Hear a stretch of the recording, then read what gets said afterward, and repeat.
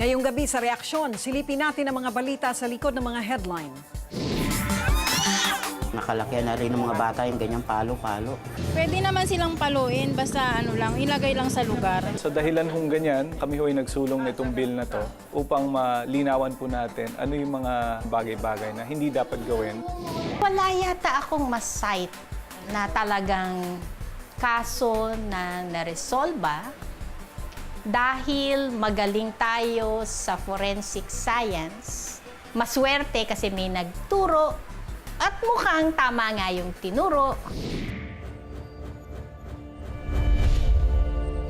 Sa klase, isa ka ba sa mga napingot o nasigawan ni ma'am? Napaluhod ka na ba ni Lola sa munggo? O kaya'y napalo ni nanay ng walis tambo?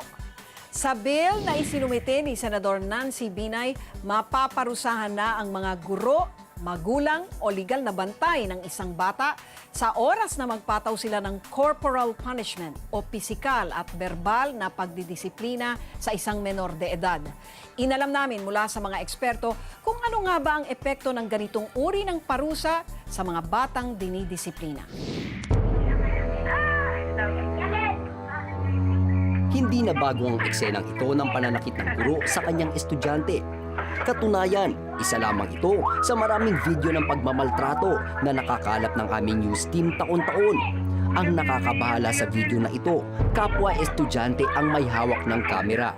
At imbis na pigilan ang guro, maririnig pang tumatawa ang kumukuha ng video. Karaniwan na raw kasi sa ating kultura ang paggamit ng corporal punishment o ang pagdidisiplina sa paraan ng pananakit bilang parusa sa nagawang kasalanan. Ganito na rin ang nakagisna ng pamilya ni Lola Eva na nakuha niya mula pa sa sarili niyang lola. Kaya naman na magkapamilya siya, palo at galit din daw ang sumasalubong sa mga anak niya tuwing napapatagal ang paglalaro ng mga ito sa labas. Minsan po, madampot, sinelas, minsan damit, kung ano yung mahawakan ko damit. Hindi mo naman sinasadya na napapalakas yung palo. Sige na, gising na, tanghali na, mag-alas 7 na. Tila na ipamana rin ni Lola Eva ang ganitong estilo ng pagdidisiplina sa kanyang unika iha. Pagka makulit na talaga, hindi na sumusunod. Minsan napapalo dito minsan sa puwet. Hindi naman yung binubugbog. Ano lang, yung tama lang. Para sa mag-ina, epektibo raw ang ganitong paraan ng pagdidisiplina at wala na silang balak na palitan pa. Parang nakalakyan na rin ng mga bata yung ganyang palo-palo. Kasi pag hindi nakikinig, paluin, kakalang titino. Iba kasi ugali mga bata ngayon. Para kilalanin pa rin niya ako, magulang niya ako. Hindi yung sagot-sagot sa'yo. Mamaya murahin ka na lang kasi wala silang takot sa'yo. Pero ang ganitong paraan daw ng pagdidisiplina ay may negatibong epekto sa pag-iisip ng bata tulad ng mababang pagpapahalaga sa sarili, depresyon at pagkagalit. Mga bagay na naisa ng maiwasan ng kampo ni Senator Nancy Binay sa pag-aakda nito ng Anti-Corporal Punishment Act of 2013.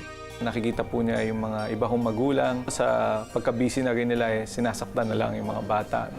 Hindi po pwedeng gawin yan sa kanyang pananaw. Sa dahilan hong ganyan, kami ho'y nagsulong nitong bill na to upang malinawan po natin ano yung mga bagay-bagay na hindi dapat gawin. Sa panukalang batas na ito, bawal ang paggawad ng parusa sa pamamagitan ng pananakit sa kahit anong parte ng katawan. Bawal din ang pag-alog, paggupit sa buhok at pagkaladkad sa bata. Bawal na rin ang mga parusang pagpapaluhod sa asin, pagpapabuhat ng mabibiga, pagpipilit sa batang gumawa ng mga gawaing maaari niyang ikapahamak, pagkulong, maging ang pagpapagalit sa bata, at pamamahiya sa harap ng ibang tao. Ang mahatulan ng guilty, magulang, guro o yayaman ay maaaring makulong hanggang 6 na buwan. Iba-iba naman ang naging reaksyon sa panukalang batas na ito. Sa disiplina ng mga bata, siyempre, conforme na sa magulang yun. Kung paano disiplina ang gagawin mo. Konting-kamti lang. Yung bang para madisiplina mo yung masunod yung kagustuhan mo, hindi sila. Pwede naman silang paluin, basta ilagay lang sa lugar. Kahit pa paano, merong disiplinang onte na ituturo sa kanila na mali yun. Hindi naman masamang paluin, pero wag yung grabe talaga. 150 million pesos ang hinihinging budget para sa implementasyon ng panukalang batas na ito. Halagang para sa ilang mga mambabatas ay mas makabubuting ilaan na lang sa mga mas makabuluhan pang mga bagay. Giit pa ni Atty. Mel Santamaria, ang resident legal analyst ng TV5, kalabisan na ang pagdagdag ng isa pang batas na pareho lang naman sa tinutukoy ng ibang batas. Para sa akin, hindi na kailangan tong bill na to. Sapagkat andain natin mga bill para sa mga bata, ang Family Code, ang Republic Act 7610, Abuse of Children, ang 9262, Violence Against Children, maaari naman talagang masakop na yung mga sinasabi doon sa Anti-Corporal Punishment Bill na inihahain ni Senator Binay.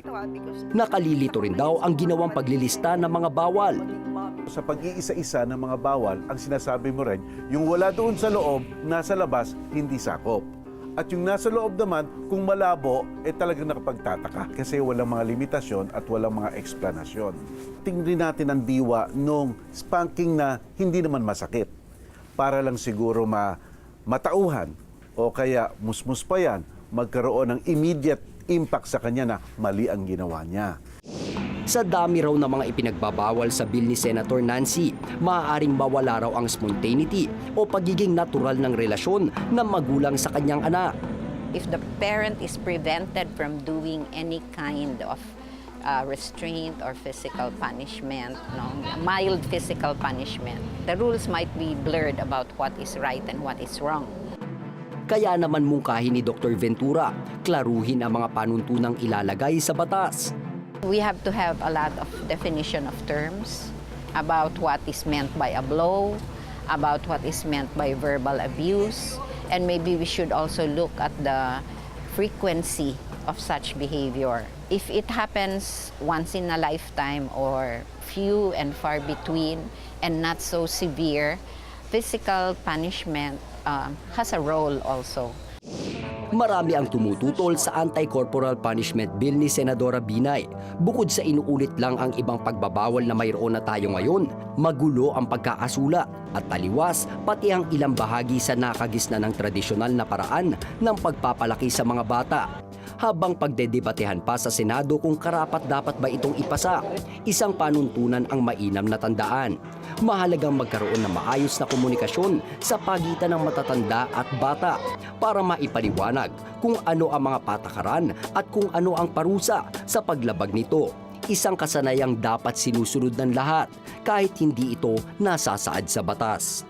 Ako po si Renzo Ongkiko, nag-uulat para sa Reaksyon.